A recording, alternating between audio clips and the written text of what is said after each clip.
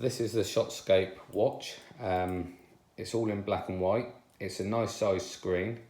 What I did find is that the watch is a little bit chunky, but when it does sit on your wrist, it sits on there nice and snug. Also, you'll find that these straps don't move. They're rigid, not like other golf watches. You can move them. These ones stay as they are.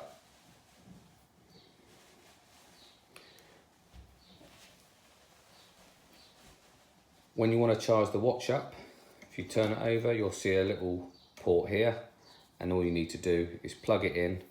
It's a USB charger, and it takes about 3 hours to charge up completely. Also, what we've got with this watch, we've got some sensors. There's about 15 sensors in total. They screw into the butt end of the club, nice and easy. Each one is marked up, so this one is for the 4-iron. So as I mentioned, each club has its own sensor. So this one here is the 8-iron, and as you can see, it's marked up the 8-iron. I have one on my putter as well, marked up as P. Once they're all in, screwed in, you're ready to go. What you need to know before you go out, if you're a left-handed golfer like me, put the watch onto your right wrist. Now the reason for this is because the sensor needs to be as close to the watch as possible to pick up all the data. So just make sure that it's on your opposite hand. Okay, so we're all ready to go out. What I'll do, I'll get down to the club now, and then we'll fire up the watch, and then I'll show you the features as we go along. Okay, so we've arrived at the course, so what I'm going to do, fire my watch up, and then we'll get out on first tee. So the first thing we have to do now, we need to let the watch know we're here and what course we're playing at. So what we do now, we click the top right hand button.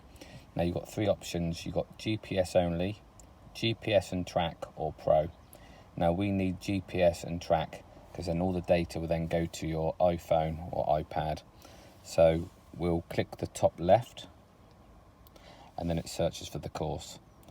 So it's found it, it's Dibden Golf Centre. So we'll press the top left hand button, then it will take us to our first hole. Okay, so if we look at the watch then, it's got 150 to the flag, 163 to the back, and 137 to the front. If we press the top left hand button here, you'll see the distance of the bunkers. So the one on the left is 136 to the back, and the one on the right is 135 to the back. There's no water on here, so just the 2 bunkers. So that's the top left hand button here.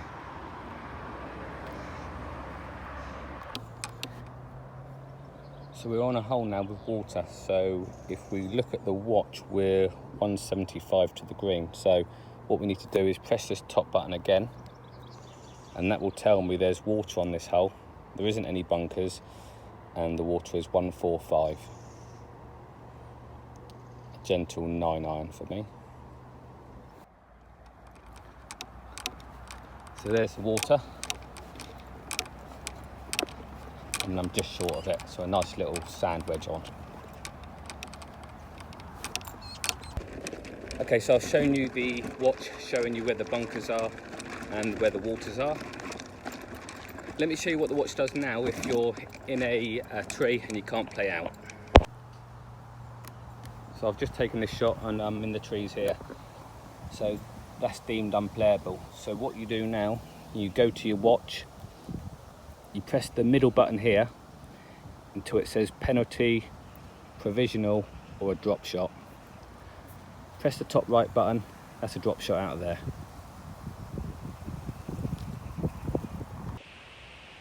This is the most important bit coming up. You need to record how many putts you've taken to sink it in.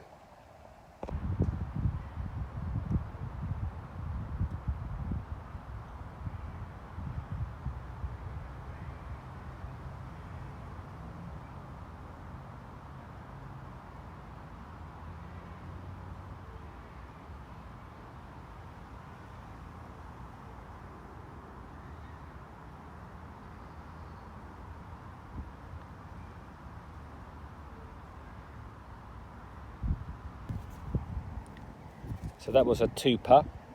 So if you can see on the top right hand here, I've 2-putted it, click that, and that's it, you're on to the next hole.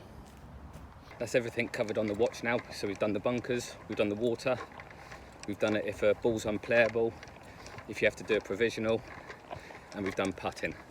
So what I'm going to do, I'm going to finish the round off, I'm going to go home, put all the details into the computer, then I'll show you how it's analysed my game today. We need to click on the Bluetooth at the bottom right there. So if we click the right hand bottom button, so the Bluetooth is on. We then got to go to our iPad or iPhone and we've got to click on here, connect the band. Now after a few seconds, it should say sync round. That's it, it's setting up and then it will sync the round. So click sync rounds.